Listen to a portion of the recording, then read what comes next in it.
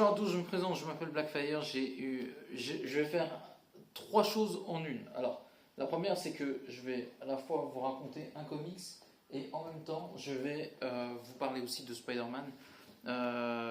Apparemment, Spider-Man No Way Home, pardon. Brand New Day serait vraiment au-delà des espérances de Sony et de Marvel. Et en fait, ce serait au-delà d'une réussite. Vraiment, c'est vraiment incroyable et ça dépasse leur espérance. Donc c'est pour vous dire que ça sent quand même plutôt bon pour l'homme araignée et que Spider-Man en noir serait excellent. Il est décrit que cette série serait une sorte de Spider-Man qui rencontrerait un peu la série Batman animée. Donc ça risque d'être très cool. Et voilà, on va enchaîner avec une autre histoire. J'en profite aussi, ceux qui parlent de Tom Holland, de plaquer l'affaire. Foutez-lui la paix. Déjà les retours que je suis en train de vous donner, ils sont bons, que ce soit pour Spider-Man Brand New Day, ainsi que Nicolas Cage dans Spider-Man en noir. Je pense que c'est la plus grosse année de Spider-Man depuis 2018, je crois. Je n'ai pas le souvenir d'un équivalent. Il y a No Way Home, mais c'est un peu particulier, je dirais plus 2018, où on avait Infinity War, Spider-Verse, Marvel Spider-Man 1, Venom. Bon, Venom était nul, mais il y avait du succès voilà, par rapport à ça. Tout le reste était pratiquement sans faute. Donc, et même les comics c'était bon aussi à cette époque-là.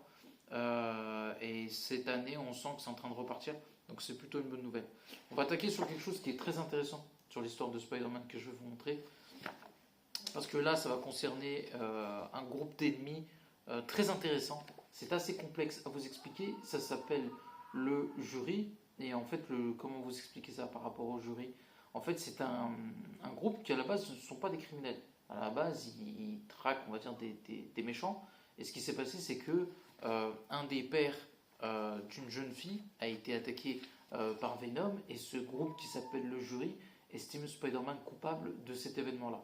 Que Spider-Man n'y est pour rien, mais ils estiment que Venom existe à cause de Spider-Man et Carnage aussi, donc ils veulent le faire payer au sens tribunal du terme, et vous allez comprendre comment.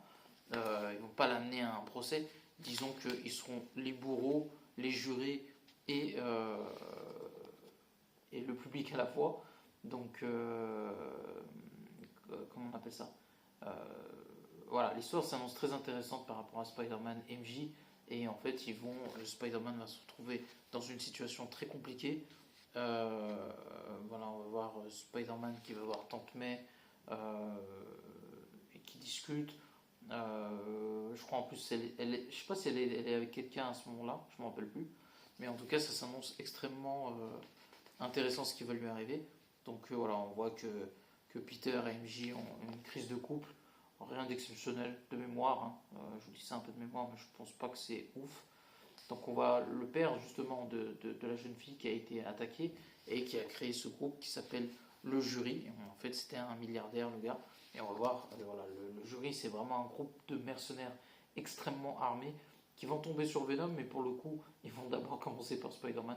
Je crois qu'ils tombent sur Venom, mais c'est bien plus tard, dans la même époque, parce qu'en fait il y a une aventure solo sur Venom, mais on en parlera peut-être un peu plus tard. Voilà, donc c'est vraiment spectaculaire. Et bien évidemment, Spider-Man, malgré sa force et son agilité, va finir par se faire avoir par les membres de ce jury, justement, qui seront décidément le juge, l'avocat et bien évidemment aussi le bourreau. Et voilà, Spider-Man se défend, mais bon, ils sont trop nombreux, trop bien armés, et ils sont préparés à l'affronter, justement. Et Spider-Man voilà, va finir vaincu et kidnappé pour se retrouver justement dans un tribunal. Et voilà, l'histoire s'annonce vraiment intéressante. Et on voit que Spider-Man, malgré tous ses efforts physiques, d'agilité, d'adresse, finit par comment dire ça, finit par être défait. Et en fait, le jury va le kidnapper et l'amener avec lui pour pouvoir le juger. On voit que, franchement, on va être honnête pour tous ceux qui sont fans de Spider-Man et qui s'y connaissent un peu. Mark Bagley reste quand même l'un des meilleurs dessinateurs pour moi de Spider-Man. Je pense que pour beaucoup de gens, même si il y en a d'autres qui sont très forts, hein. Ils sont tous très forts même. Mais j'avoue que Mark Bagley, il a une patte qui est exceptionnelle. Et voilà, ça c'est la première partie.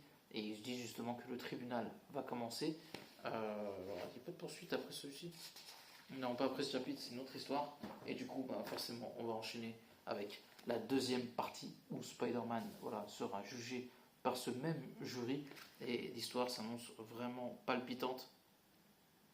Alors, attendez. On va reprendre exactement où on s'était arrêté.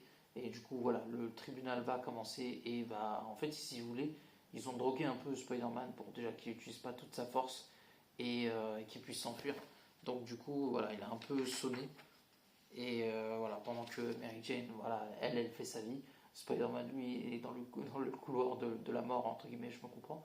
Et en fait, c'est assez marrant de voir euh, ces deux parallèles, en fait, entre MJ qui est une bonne vivante et Spider-Man qui se retrouve dans le pétrin. Et il y a une forme de dichotomie, entre guillemets, entre les deux. Et voilà, même si MJ fait la fête, elle ne se laisse pas désabusée. On voit que Spider-Man est avec le jury. Et voilà, MJ, voilà, elle fait la fête, mais elle ne peut pas être séduite par un autre homme, parce que le seul homme qu'elle aime, c'est Peter Parker. Et c'est plutôt bien décrit de cette manière-là. C'est peut-être un peu maladroit dans les comics parfois, mais on comprend un peu l'idée. On voit les parents de Peter qui sont avec Tante May.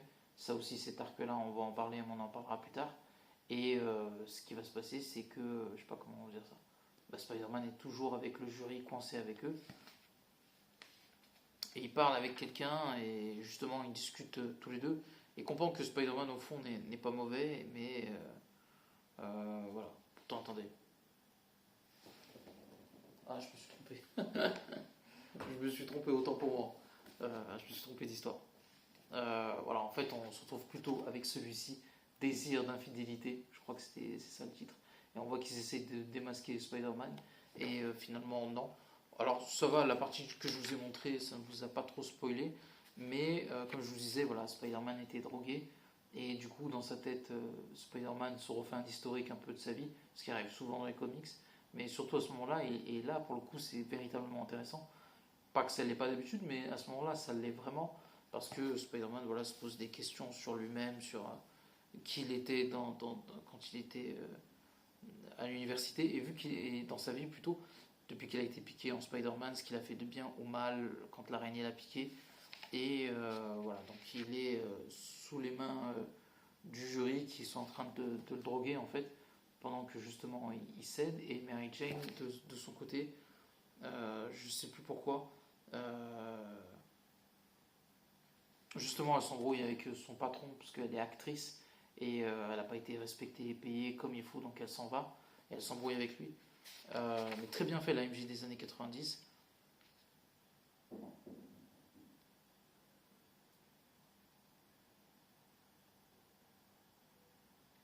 Et en fait, on voit MJ qui s'embrouille avec quelqu'un, je sais plus c'est qui, je sais pas s'il a une importance capitale, mais on va rester sur l'histoire.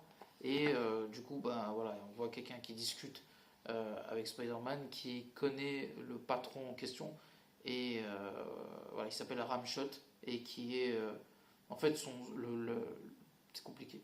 Il est proche de la famille en fait, et il travaille avec eux.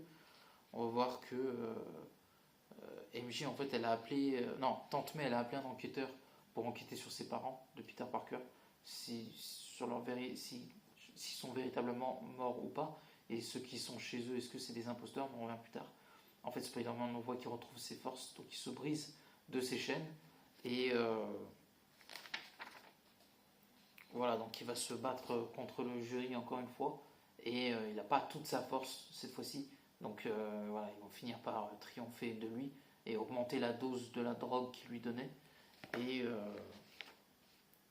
voilà, donc ils lui ont donné une bonne leçon.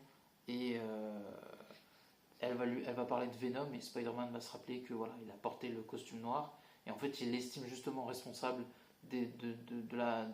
En fait, sa fille, elle n'est pas morte, mais elle a été kidnappée et choquée par Venom, même s'il n'a pas tué ou fait des choses. Voilà, mais c'est intéressant parce que ça parle justement du kidnapping d'enfants. Les prédateurs qu'il y a. Alors Venom n'a rien fait de plus que la kidnapper, je crois, ou en tout cas il l'a choqué et il estime voilà, Spider-Man responsable de ce qui est arrivé à leur fille. Et justement Spider-Man se rappelle qu'il a le costume noir et eux ils l'estiment responsable du fait que parce que Spider-Man voilà, a eu le costume noir, ça a ramené Venom, après il y a eu Carnage, et même lui il s'estime aussi responsable de ça, et sous l'effet de la drogue, forcément, il est un peu perdu, Spider-Man.